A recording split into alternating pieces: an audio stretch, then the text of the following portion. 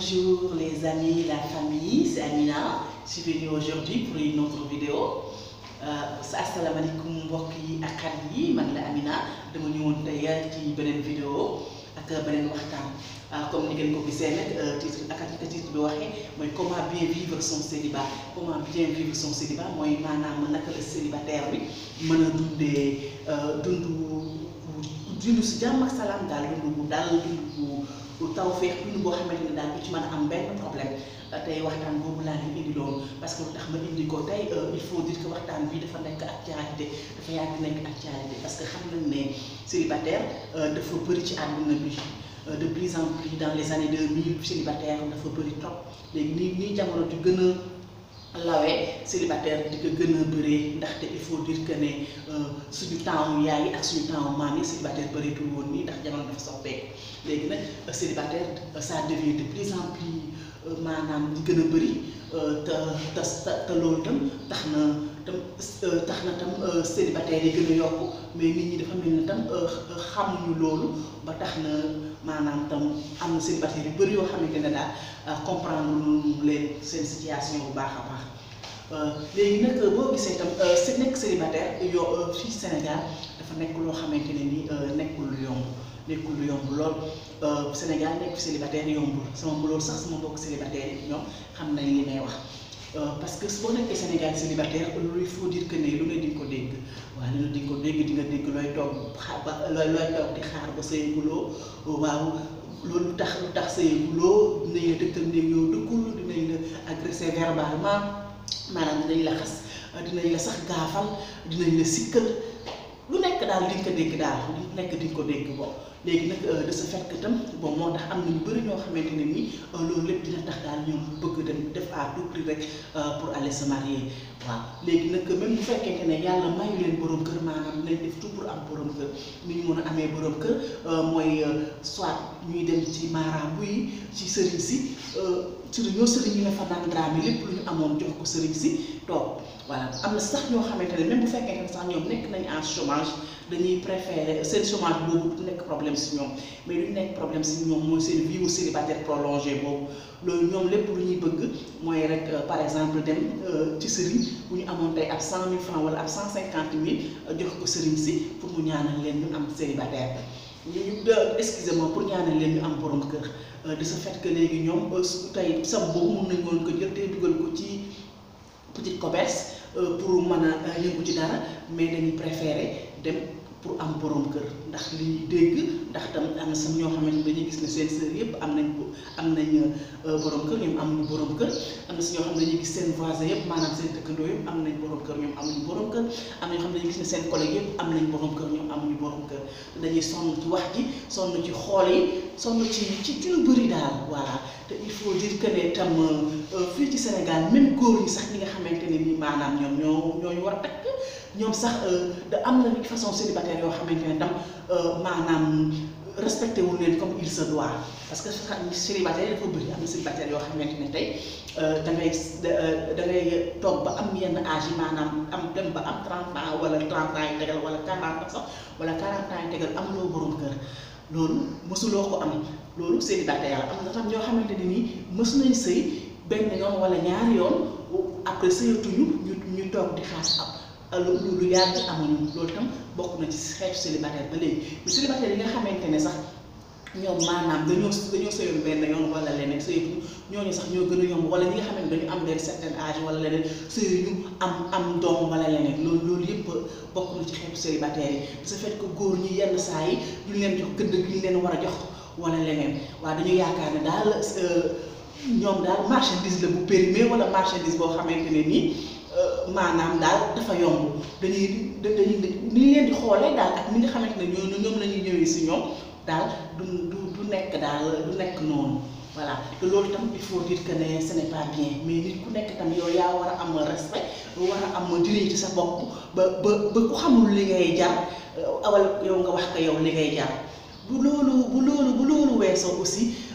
par exemple am na say célibataires yoo xamante ne tam seen dundin en tant que célibataire tam doy na waar parce que am na ci célibataires yoo xamante ne nii tey dañuy profiter seen période célibat di mbaraan yenn mbaraan yi exagéré yi gis nañ fii comme film bu mel ni kii Daaro ak Maymuna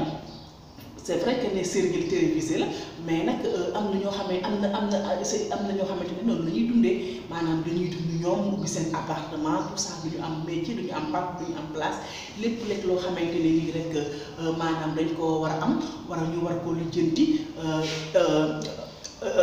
góor rek moo leen ko war a defal loolu tam il faut dire que ne dafa am nekk na loo xamante ne bokkul ci ngor bokkul ci dignité bokkul ci fulla bokkul ci fayda bokkul sax ci suñu diine waaw bu loolu weesoo célibataire dafa war a xam ne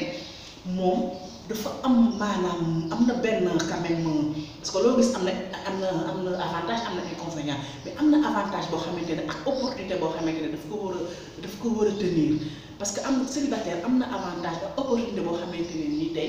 maanaam ki nga xamante ne nii ñoo nekk ci biir néegu sëy amu ko célibataire tey moo gën a am jot gën a am liberté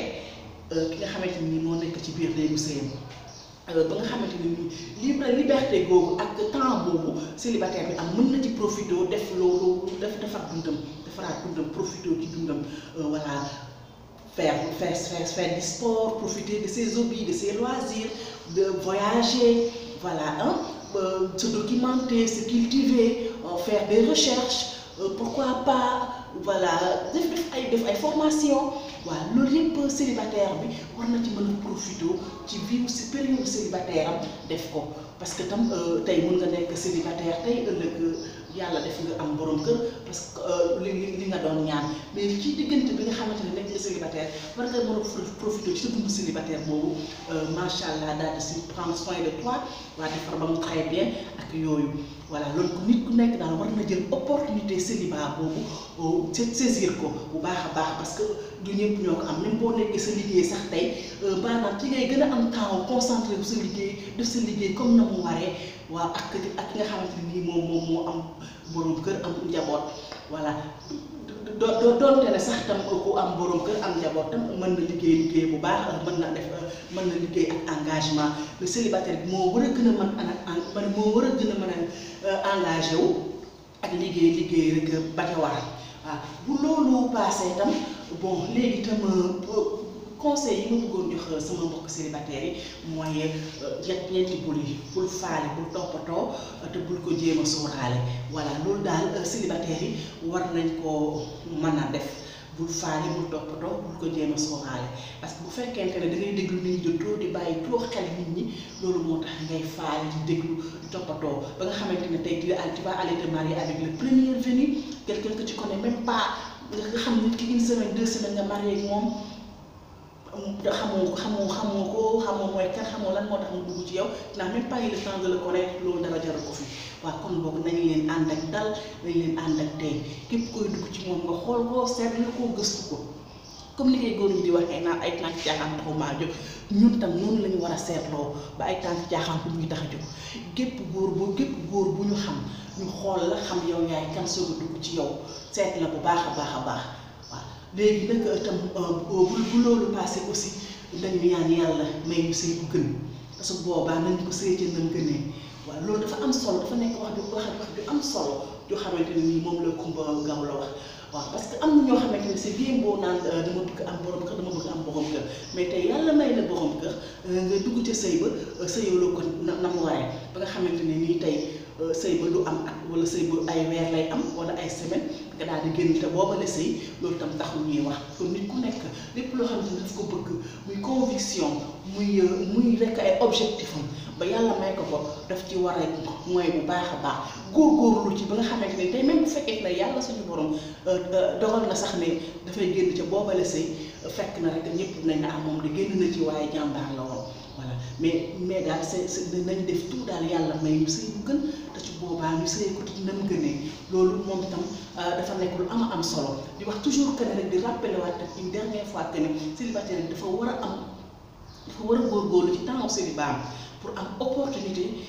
pour xam ne temps bi mu am pour bi nga xamante ne nii tey maanaam jom dooyu jëkkër laajul njël comme ni koy olof di waxee mu profité ci temps boobu ba toppatoo boppam sa toppatoo sa wér-gu-yaram toppatoo sa diine voilà saar boo mënul woon a jàng nga jàng ko mën nga a yeewu sax guddi dinaa fi leen ñaan yàlla loolu yëpp célibataire bi mën na profité rek ci dund ñu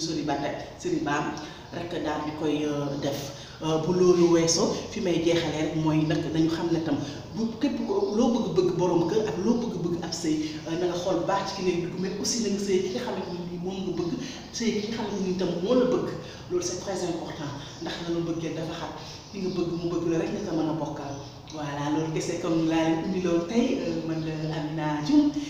la Linguère Mabo voilà di leen jox rendez-vous ci beneen vidéo ci beneen waxtaan merci beaucoup.